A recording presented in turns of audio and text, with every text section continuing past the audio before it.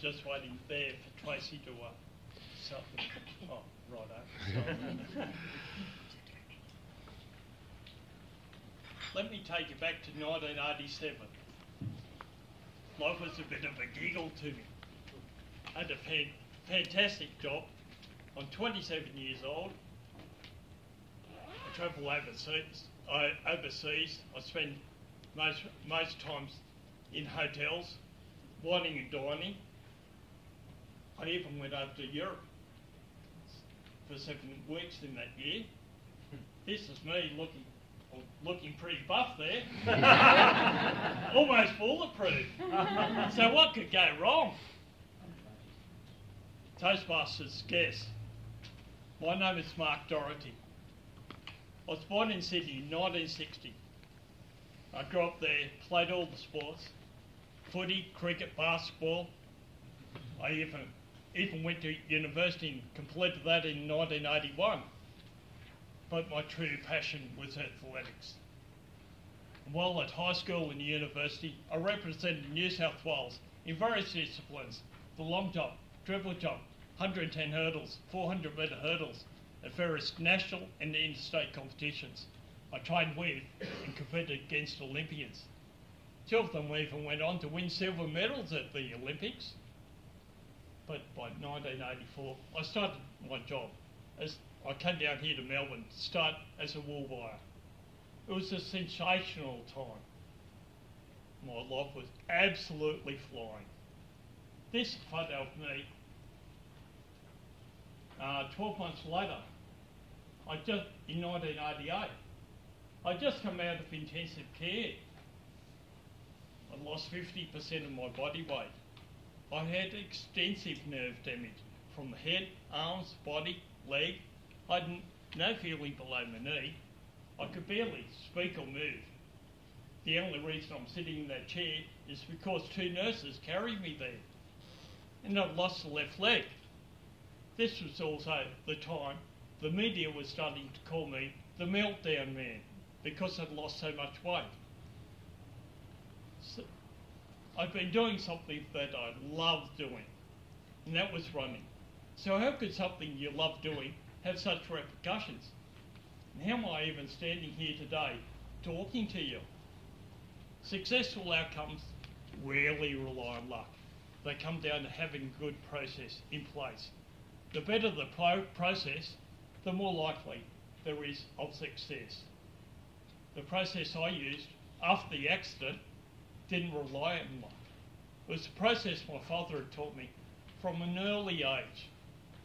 And I had learned that I needed to acknowledge and accept my situation with a positive attitude. And if I wanted to change it, I needed to take full responsibility. The process evolved as I pursued both my academic and physical activities, all those failures and successes. It even developed both my mental and physical toughness. It took about 10 years before I trusted in that process, but I found it became repeatable in any circumstances, and success was the probable outcome. I didn't realise just how important it would be to me until after that accident. I now call my process a GROW, and that stands for accept, goal, responsibility, resources, opportunity, and what's next. I'd like to share the process with you here today and how I used it after I came out of that induced coma. Now I'd like to also challenge you here today to think about an outcome you would like to achieve. Have you a plan? In 1988, in the February time, I was in Wagga to participate in the annual sporting weekend between the Melbourne and Sydney wool buyers. Most were there just for a social weekend, like myself. There was an 8-kilometre run due to be held on Saturday afternoon at 3 p.m. But as the temperature was in the mid to high 30s, it was postponed to 6 p.m. when it was more comfortable, 31 degrees, with a light breeze. There were 10 of us at the starting line, And I just remember heading off into that afternoon sun. There's a SWAT crew in a car going to follow the leaders around the course. After about 3 kilometres, for some reason, I veered off onto a road away from the course. The support crew saw what happened, quickly caught me up, and the guys yelled at me to rejoin the course. And that's all I remember.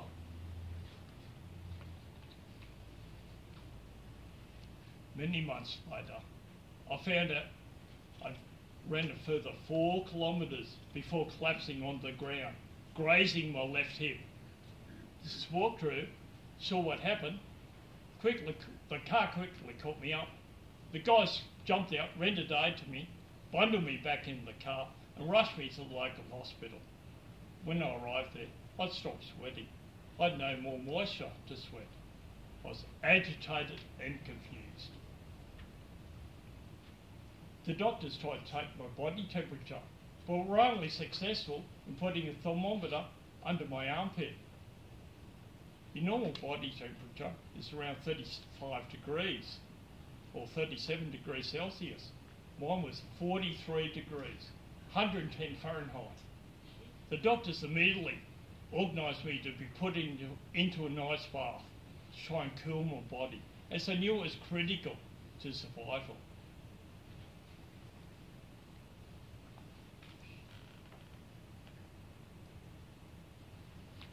Initially, my diagnosis was severe dehydration with heat stroke. Over the next couple of days, I remained in that unconscious state, although my body was reasonably stable. In that delirious state, I even requested a Slurpee. Nobody knew what that was at that time. On day 4, though, everything changed. My body, the blood test revealed a rapid rise in body weight, over 1,000 times above normal. Literally, my body had cooked internally. The cells in my muscles had dehydrated, died, liquefied, and were now clogging my kidneys. The onset of rhabdomyolysis had started, and that was to claim the majority of my muscles over the next month. And the severe dehydration had now been up to severe heat stroke. And with that dual condition, my body started to shut down.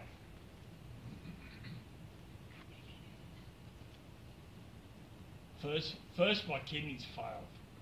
Then a ventilator was put into my throat as my lungs were starting to weaken. And your normal heartbeat is around 60 to 70 beats a minute at rest. Mine was racing at 160 beats a minute and continued at that pace for weeks on end. I also suffered a number of cardiac arrests during that same period. And the doctors then placed me into that induced coma from that unconscious state to try and protect my brain from this severe trauma. Now that I had rhabdomyolysis plus severe heat stroke, that was literally like being handed a death sentence. Not one person in the world had ever survived those two symptoms simultaneously. My body went red as a lobster as it spiralled out of control. Another effect was the immune system failed. And by day 9, gangrene, which ended through my hip, had now spread throughout my body, causing further complications. By day 12, I was airlifted to St Vincent's Hospital in Sydney. On arrival, I was wheeled straight into the operating theatre. Both eyes were opened up, and to quote an Australian Medical Journal article, the muscles were a khaki colour and stringy texture of overcooked meat. I was wheeled back into the intensive care for constant monitoring. My heart was still racing at 160 beats a minute. My body kept breaking down, and now I had to be taken into that operation theatre every other day. for leg surgery. As my legs got darker and darker, something had to give. By day 26, my left leg had turned black and it died. Dr. Rich Lee, or as my mates used to call him, Dr. D&G, the doom and gloom, because he was always a bearer of bad news, he called my brother and father in and gave them two options. Either don't let us amputate and he'll die within 12 hours, or let us amputate, but there's no guarantee he will survive. And then, can you imagine your decision if it was your child or sibling in that same situation? That's what my brother and father found themselves in. Although I'd love my leg back, I'm forever grateful they made the decision that they did. Due to the infection in the skin surrounding the wound, the amputation site had to be left open. And that required me to be taken into that operating theatre every other day for redressing.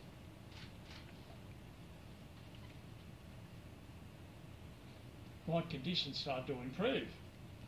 My kidneys even started functioning again. But then spiralled out of control again. The doctors were baffled. It wasn't until day 50 until they worked out I had a rare form of chemical poisoning. The chemical had leached into my body from the dressing, unheard of in medical science up to that time. But it wasn't until day 70 before I was taken out of that induced coma. When I first awoke, I just remembered the lights and the noise and the movement. It's just also confusing. I may have been a unique survivor of rhabdomyolysis, severe heat stroke, gangrene, and a rare form of chemical poisoning, but my body had been shattered. I tried lifting a hand, lifting my head, speaking. Nothing worked.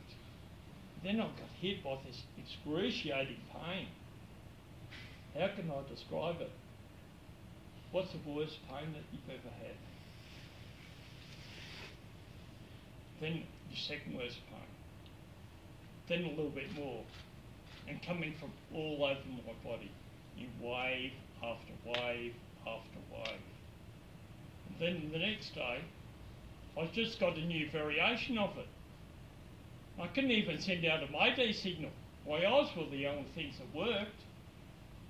I could still, my sense of smell still worked though. I could smell those nurses walking past with their cups of coffee. I later found out the skin from this upper thigh had been shaved away and been placed on my amputation site. I'd just been weaned off morphine and the nerves were already growing right throughout my body. Another effect was because I'd been in the operating theatre over 25 times in that short period, the anaesthetic had caused pneumonia. My lungs were slowly filling fluid. And as I said, I couldn't speak or move. All I could do was lay there and just endure it as it slowly being drowned. I just had to tough it out all alone. But then Dr. D&G came in one night.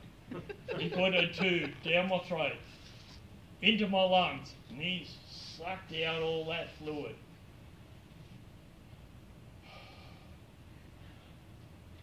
And even though it hurt, I reckon he was fantastic.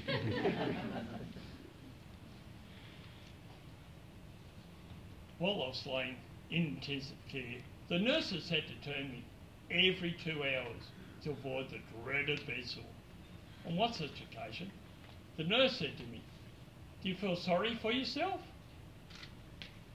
Some might think that's a callous statement, but to me, that was like an epiphany. I thought to myself, why would I feel sorry for myself? I'm alive. My alert behaviour kicked in. I took full responsibility for my situation. I chose to go for that run.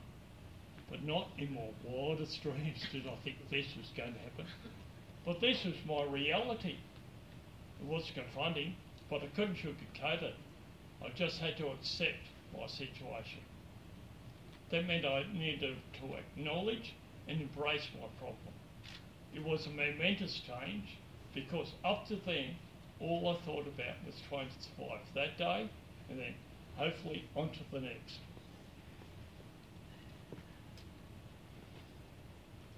But even though I was totally reliant on the medical staff, I was in that position where I had to make a choice.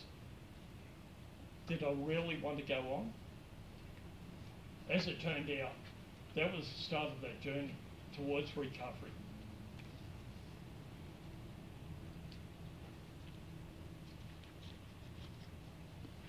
Is there a situation that you need to accept at home, at work, somewhere else that will change your future to a better one?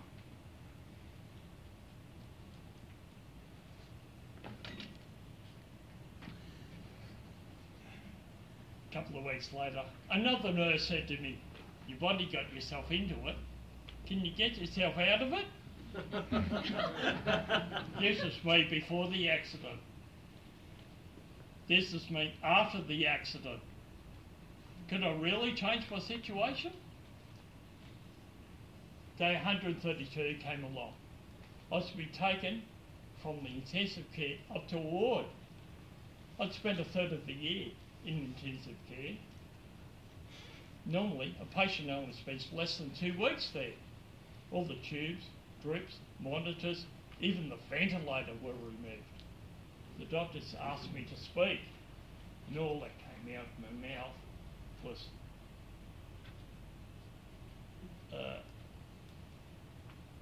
severe dehydration caused me to lose 50% of my body weight. I had extensive nerve damage. I could barely speak or move, and I lost the left leg. That's what I had to accept to start my recovery. A couple of weeks later, it was now early August. I was up in the ward. The nurse came in and handed me a newspaper. My story was on the front page of the Sydney Morning Herald. What was that newsworthy? I read the story. It was the first time that I found out what had happened to me. Read like a fantasy tale. I'd run competitively for 15 years and never heard or read anything so bizarre. This was also when the media started calling me the Meltdown Man. The next day, a Maori guy came into the ward. Came up to my bed, tears flowing down his cheeks. He told me about his daughter who had competed in the triathlon in Auckland in February and subsequently had died from dehydration. And one thought that haunted him was whether she suffered while she was in that coma.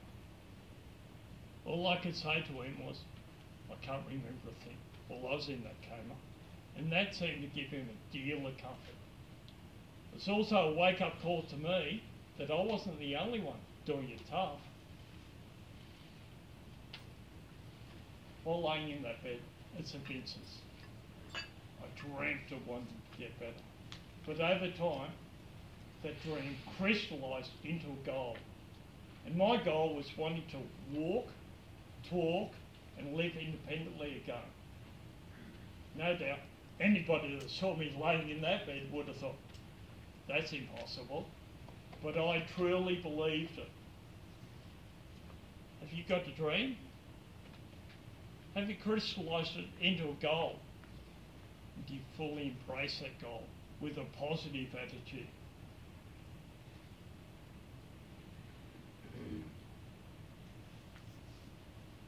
I was soon to be moved on to Royal South Sydney Hospital, the rehab facility. No, but while I was at Vincent's, the rehab staff came in to assess me. It was made clear to me that the rehab staff had a very low expectation of any recovery from me into the future. And who was I to doubt them? They were the experts, not me. So, should I just agree with them and just give up? Or should I try and rebuild this smashed and shattered body? I was at a crossroads. Why did I choose to go the harder option? It's because I wanted to try and live my life under my terms. That was my learned behaviour. That was the default position. Under pressure, I'd learned it was my full responsibility if I was to be able to change my situation. But I needed to start actioning my goals.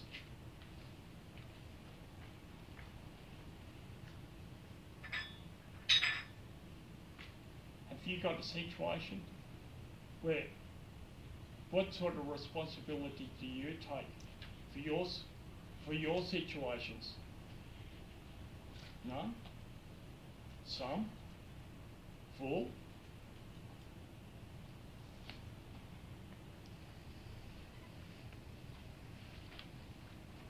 I soon moved on to Royal South England Hospital, the rehab facility, and I was keen to start, but I also recognised I needed help from resources. What better place for resources than at a rehab hospital? The first resource I encountered was Judy, the rehab physiotherapist. She was going to teach me how to walk again. She got me to do these arm exercises to build my upper body strength. After 3 weeks, Judy came up to me and said, "Oh, we're going to see if you can stand today." Hang on. I've only been doing these arm exercises for 3 weeks and I've got no feeling below my knee. But standing behind me was Mick, the curly-haired orderly. He just pushed my wheelchair straight up to the parallel bars. And Judy said, "Come on, let's go." So I used all my strength left. And as I got to full height, Mick said, "Geez, you're tall." That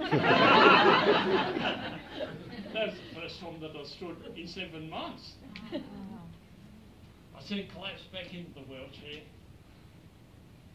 It felt as though I stood there for eternity. And then Mick yelled out, "That was 40 seconds. But I thought, well, if I've been able to stand within three weeks, surely walking can't be all that difficult. Little did I know, it was going to take me another 8 months before I could use a walking frame, and then another 10 months after that before I could use the forearm crutches. Imagine, before the accident, I was able to long jump from here to the wall.